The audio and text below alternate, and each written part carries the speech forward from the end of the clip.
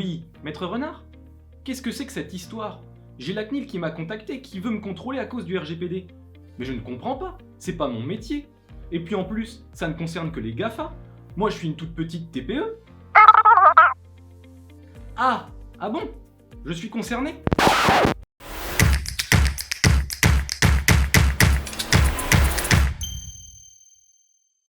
On le constate au quotidien, le RGPD constitue un véritable casse-tête pour de nombreuses petites entreprises, en particulier celles qui n'évoluent pas dans le numérique. Que vous soyez agent immobilier, médecin ou artisan, vous êtes amené à collecter des données personnelles. Pas de doute, vous êtes concerné par le RGPD. Consciente de cette réalité, la CNIL vient de mettre en ligne des outils adaptés aux TPE-PME. Effectivement, le RGPD s'applique à toutes les entreprises, mais certaines obligations ne s'appliquent pas aux plus petites. Pour y voir plus clair, voici les 3 obligations à toujours respecter.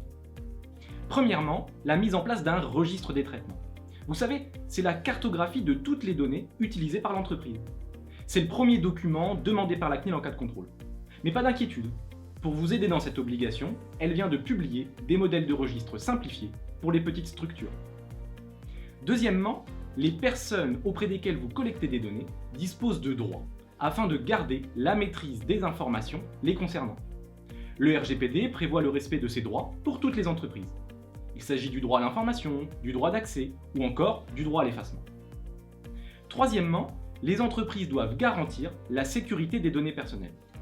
Dans sa dernière publication, la CNIL propose 5 mesures faciles à mettre en œuvre, parmi lesquelles la mise à jour des logiciels, la robustesse des mots de passe ou encore la définition d'une procédure pour réagir en cas d'incident.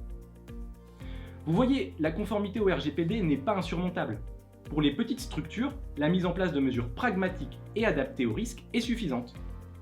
N'hésitez pas à vous faire accompagner sur des tâches précises et évitez les solutions clés en main qui ne s'adaptent pas précisément à votre situation. Ce sujet vous intéresse? Retrouvez une explication détaillée dans notre newsletter DPO les bons tuyaux. Ce mois-ci seront également abordés les nouveaux pouvoirs de la CNIL pour sanctionner des manquements simples à la réglementation. Attention, les contrôles vont se renforcer. L'avis des autorités européennes de protection des données sur le passeport vaccinal, un sujet épineux. Ou encore une présentation par la CNIL de l'attaque nommée fraude au président. De précieux conseils pour faire face aux cybermenaces.